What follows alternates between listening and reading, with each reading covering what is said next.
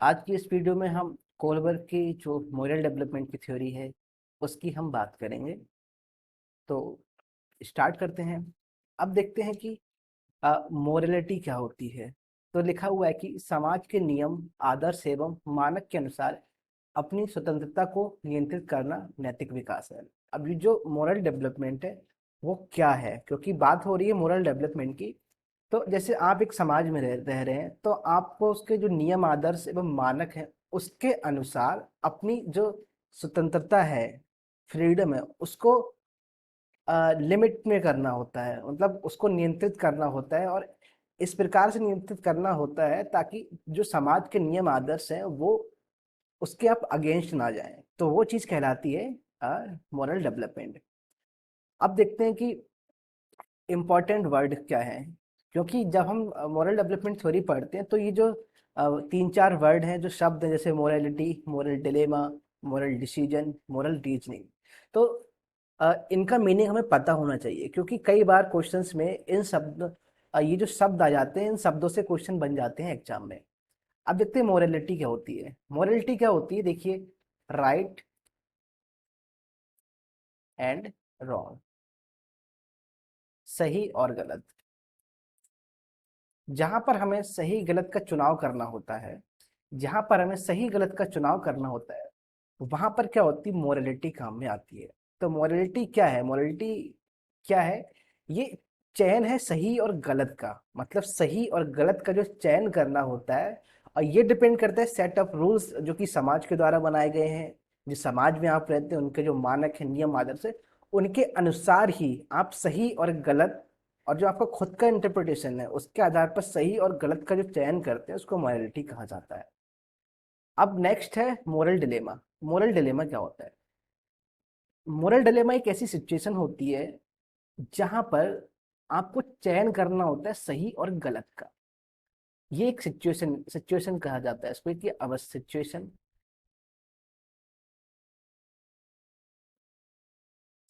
अब ये सिचुएशन कैसी हो सकती है, मोरल डिलेमा कैसे हो सकता है?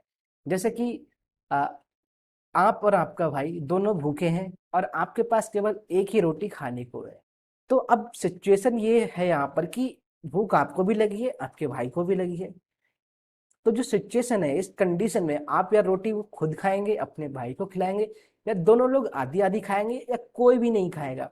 तो ये सिचुएशन है, ये जो कंडीशन बन जाते हैं, ये मोरल डिलेमा कहलाता है। अब देखते हैं मोरल डिसीजन।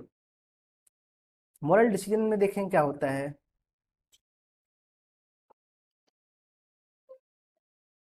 मोरल डिसीजन, अब जैसे ये जो सिचुएशन थी, अब इस सिचुएशन से आपको निकलना है तो एक डिसीजन लेना पड़ेगा। एक डिसीजन लेना पड़ेगा, एक निर्णय लेना पड़ेगा, तो उसको हम मोरल डिसीजन कहते हैं। अब मोरल रीजनिंग। मोरल रीजनिंग क्या हो सकती है? ये जो आपकी सिचुएशन थी, इससे आपको निकलना है, इस सिचुएशन से आपको निकलना है। बट कैसे निकलना है, आप ये तर्कड़ा करेंगे। ये तर्कड़ होता है, ठीक है। सोच विचार करेंगे, लॉजिक लगाएंगे कि कैसे मैं सिचुएशन से बाहर निकल सकता हूँ। तो वो चीज कहलाती है मोरल रीजनिंग, ठीक है। तो ये जो चार वर्ड है, morality, moral dilemma, moral decision और मोरल रीजनिंग, इसको आपको याद रखना है। अब देखेंगे हिंज डिलेमा। हिंज डिलेमा क्या है? अब इसको समझने से पहले हम समझेंगे कि जो कोहलबर्ग ने क्या किया था। कोहलबर्ग ने क्या किया था, कई सारे बच्चों को लिया एक। अब इसमें प्रॉब्लम क्या थी, सबसे पहले याद रखना है कि जो बच्चे लिए थे वो सब बॉयज थे, मतलब सभी बच्चे लड़के थे। तो जो उन्होंने प्रयोग किया, उस प्रयोग में कई सारे बच्चों को लिया, लड़कों को लिया, और उनको कहानियां सुनाई। उनको कहानियां सुनाई। अब उस कहानी के आधार पर एक ऐसी सिचुएशन देते थे बच्चे को जिसमें बच्चे क्या होते थे, मोरल डिलेमा में फंस जाते थे। एक मोरल डिलेमा देते थे, अब बच्चों से आंसर पूछते थे। अब उसमें से ही एक कहानी है हिंज डिलेमा। हिंज डिलेमा क्या कहता है, अब देखते हैं। मोरल, जो कोहलबर्ग थे, उन्होंने बच्चों को कहानी बताई कि एक इंसान है। कौन है? उसका नाम हिंज है। ये है हिंज। हिंज की पत्नी है। अब हिंज की पत्नी क्या है, बीमार हो गई है। हिंज की पत्नी बीमार हो गई है, हिंज इसको लेके जाता है हॉस्पिटल में। अब हॉस्पिटल में डॉक्टर ने कहा कि इनको एक ऐसी दवा लगेगी जो कि अभी अभी बनी है। अब आपको क्या करना है, उस फार्मासिस्ट के पास जाना है, ठीक है। ये फार्मासिस्ट के पास गया, इसको आप मेडिकल कह सकते हैं। तो मेडिकल के पास ये गया। अब ये कौन है? ये हिंज है, ठीक है। ये गया मेडिकल वाले के पास, फार्मासिस्ट के पास में गया। अब ये दवा केवल उस शहर में केवल इसी के पास मिल सकती है, ठीक है। ये जो दवा है ये केवल इसी के पास मिल सकती है। लेकिन अब इसके पास क्या है, हिंज के पास क्या है? इसके पास केवल 100 रुपए हैं, ठीक है। और ये जो दवा बनाई है, ये जो फार्मासिस्ट ने दवा बनाई है, इसको बनाने में लगे 200 रुपए। लेकिन 200 रुपए लगे, अभी इसको कितने में बेचना चाहता है? ये 10 गुना में बेचना चाहता है, ठीक है। 10 गुना का मतलब है कि ये 200 रुपए में बेचना चाहता है इसको। 200 रुपए या $200 आप कह सकते हैं। 200 रुपए की चीज को $2000 में बेचना चाहता है।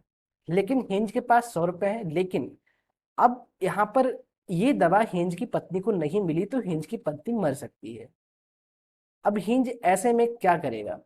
अब ये कहानी जब कोलबर्ग ने बच्चों को सुनाई तो बच्चों से क्वेश्चन पूछे कि बताओ कि अगर हिंजबर्ग ने अब यहाँ पर क्या करेगा।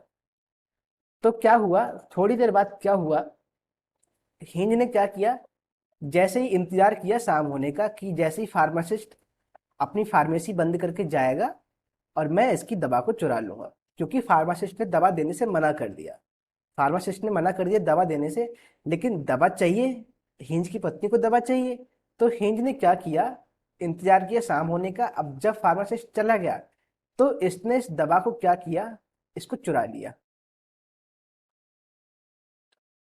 इस दवा को चुरा लिया। अब जब इस दवा को चुराया हिंज ने, अब सवाल किया कोलबर्ग ने बच्चों से कि बताओ कि दवा चुराना गलत है क्या सही है? अब इसमें से कुछ बच्चे थे तो जिन्होंने कहा कि नहीं नहीं, चोरी करना गलत बात होती है। तो हिंज ने क्या किया, गलत किया। कुछ बच्चों ने बताया कि हिंज ने गलत किया, ठीक है। और कुछ बच्चों ने कहा कि हिंज की पत्नी बीमार थी, वो मर सकती थी, लेकिन फार्मासिस्ट ने दवा नहीं दी, तो फार्मासिस्ट गलत हुआ और हिंज सही हुआ। हिंज ने दवा चुराकर सही किया। तो कुछ बच्चों ने ये कहा। तो ये क्या था, एक सिचुएशन में डाल दिया बच्चों को, जिसको मोरल डिलेमा कहते हैं। तो ये तो हिंज की कहानी थी। अब इसी के आधार पर कोलबर्ग ने अपनी थ्योरी बनाई, अब उसको देखते हैं क्या होता है। अब इस थ्योरी को 8 लेवल्स ऑफ मॉरलिटी में डिवाइड किया। अब देखते हैं इसमें 3 लेवल ऑफ मॉरलिटी इन्होंने बताई। पहली पूर्व परंपरागत, जो प्री कन्वेंशनल, इसको नाम दिया। नेक्स्ट पारंपरिक, इसको कन्वेंशनल नाम दिया। उत्तर पारंपरिक, इसको पोस्ट कन्वेंशनल नाम दिया। अब ये क्या होती है, ये शैशवावस्था से बाल्यावस्था तक, और ये जो होती है ये कब तक चलती है, एडोलसेंस तक चलती है, ठीक है, किशोरावस्था तक। और ये युवावस्था वाली, उत्तर पारंपरिक post conventional, pre adolescence, adolescence and post adolescence. तो ये तो हो गई लेवल ऑफ मॉरलिटी। अब इनको भी क्या किया, दो दो भागों में डिवाइड किया, 1 2 3 4 5 6। अब क्या हुआ, ये क्या है, 3 लेवल और 6 स्टेज, 3 लेवल एंड 6 स्टेज। अब हम उन 6 स्टेज की बात करेंगे। तो देखेंगे सबसे पहले तो जो प्री कन्वेंशनल स्टेज है, इसको प्री एडोलसेंस स्टेज भी कहा जाता है। इसमें जो बच्चे डिसीजन लेते हैं, जो मोरल डिसीजन लेते हैं, उसकी अभिप्रेरणा बाहर से होती है, एक्सटर्नल फोर्स, और जो नियंत्रण होता है, कंट्रोलिंग होती है, वो भी एक्सटर्नल ही होती है। इसको हम समझेंगे जब हम बात करेंगे पनिशमेंट ओबीडियंस और इंस्ट्रूमेंटल पर्पस की बात करेंगे। देखिए इसको क्या किया, इसको दो भागों में डिवाइड कर दिया, पनिशमेंट एंड इंस्ट्रूमेंटल पर्पस, ठीक है। ऐसी कन्वेंशनल, कन्वेंशनल में हमें याद रखना, जो अभिप्रेरणा होती है वो क्या होती है, अभिप्रेरणा आंतरिक होती है, लेकिन यहाँ पर नियंत्रण बाह्य होता है। अब इसको भी डिवाइड किया इंटरपर्सनल और लॉ एंड ऑर्डर में, ठीक है। थर्ड जो लेवल था, ये फर्स्ट लेवल है, ये सेकंड लेवल है, ये थर्ड लेवल है। अब थर्ड लेवल में जो दो स्टेज है, individual right and social contract, और फिफ्थ है, सॉरी ये फिफ्थ है और ये सिक्स, यूनिवर्सल एथिकल प्रिंसिपल, ठीक है। अब इसमें क्या होता है कि जो डिसीजन लेने का, जो डिसीजन लेते हैं वो डिसीजन अभिप्रेरित होता है आंतरिक से, और नियंत्रित होता है वो भी आंतरिक बल से नियंत्रित होता है। मतलब यहाँ पर बच्चा क्या है, खुद से ही सब कुछ कर रहा है, खुद से ही जो मोटिवेशन आ रहा है कि किस जो डिसीजन ले रहा है तो खुद से ही वो कर रहा है, जो उसका इंटरनलाइजेशन है उससे कर रहा है वो, ठीक है। अब हम फर्स्ट स्टेज की बात करेंगे, स्टेज फर्स्ट। इसको क्या नाम दिया? Punishment and obedience orientation, Hindi में कहेंगे आज्ञाकारिता और दंड अभिविन्यास। अब इसमें मजेदार चीज क्या है? इसमें मजेदार चीज ये है कि जो बच्चे होते हैं, अ, एक तरह से सहसावस्था वाले बच्चे होते हैं इसमें, तो उनको क्या लगता है कि अ, अच्छा काम करना और सजा से बचना, ये दोनों उनका जो एक समझ होती है वो ये होती है कि दंड से बचना मतलब पनिशमेंट से बचना और अच्छा काम करना वो एक ही चीज होती है, ठीक है। ये इनके क्या होता है, पर्सपेक्टिव होता है। अब कैसे इसको समझ सकते हैं? जैसे एक कप है, ठीक है, एक कप है। अब एक तो आप है और एक आपका छोटा भाई है, ठीक है। अब आपने क्या किया, ये जो कप है, ये कप आपसे टूट गया, ये कप आपसे टूट गया। अब साथ में आपके भाई भी खेल रहा है। अब यहाँ पर क्या होगा? यहाँ पर आप अपने भाई से कहेंगे कि मम्मी पापा को मत बताना कि कब किसने तोड़ा है, मत बताना कब किसने तोड़ा है। अब यहाँ पर क्या होगा? शाम को मम्मी या पापा ने देखा और पूछा कब किसने तोड़ा है। अब छोटे भाई की, अब आपने तो मना कर दिया, अब छोटे भाई से आपके पूछा और उससे कहा कि अगर सच नहीं बताया तो आपकी मार पड़ेगी, आपकी डांट लगेंगी, या फिर आपके खिलौने आपको नहीं दिए जाएंगे। तो यहाँ पर पनिशमेंट के डर से छोटे भाई ने क्या किया, बता दिया कि कब किसने तोड़ा। आपने तो मना किया, लेकिन जो आपका छोटा भाई है उसने बता दिया कि कब किसने तोड़ा। उसको क्या थी, एक दंड अभिविन्यास मतलब ओबीडियंस ओरिएंटेशन और पनिशमेंट ओरिएंटेशन वाली बात यहाँ पर आ गई। आप उसने आपकी बात नहीं मानी, लेकिन जो दंड की वजह से जो आपके पेरेंट्स हैं उनकी बात मानकर बता दिया कि ये कब किसने तोड़ा। तो ये तो स्टेज 1 हो गई। अब स्टेज 2 पर जाते हैं। स्टेज 2 में देखिए क्या होता है।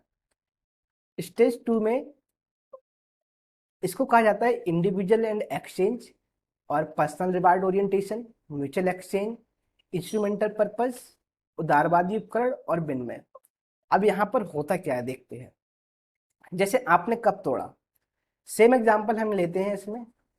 ये जो कप था, ठीक है, आपने कप तोड़ा। अब आपने छोटे भाई से, अब यहाँ पर जो बच्चे थे वो सहसावस्था वाले बच्चे थे, लेकिन स्टेज 1 में। अब स्टेज 2 में उस अवस्था से ऊपर के बच्चे इसमें आते हैं, ठीक है। अब इसको हम कह सकते हैं जैसे कि 4 से लेकर 9 साल तक। कुछ किताबें उनमें 4 से 7 साल लिखा है, कुछ में 4 से 9 लिखा है। तो हम एक एवरेज मान लेते हैं, ये स्कूल जाने वाले बच्चे हैं, ठीक है। अब देखिए होता क्या है, ये जो कप है, ठीक है, अगर ये कप टूट गया, आपने क्या किया, ये कप तोड़ दिया, ठीक है। और आपके भाई, जो आपका छोटा भाई है, छोटा भाई हम इसलिए कह रहे हैं यहाँ पर क्योंकि ये बच्चों से रिलेटेड था। जो प्रयोग किया था ये बच्चों के साथ किया था, तो इसमें मोस्टली बच्चे थे। और ये स्टेज है, ये स्कूलिंग स्टेज की बात हो रही है, ठीक है। तो स्कूलिंग स्टेज की बात हो रही है, इसलिए हम यहाँ पे सिर्फ छोटा भाई नाम से यहाँ पर संबोधित कर रहे हैं।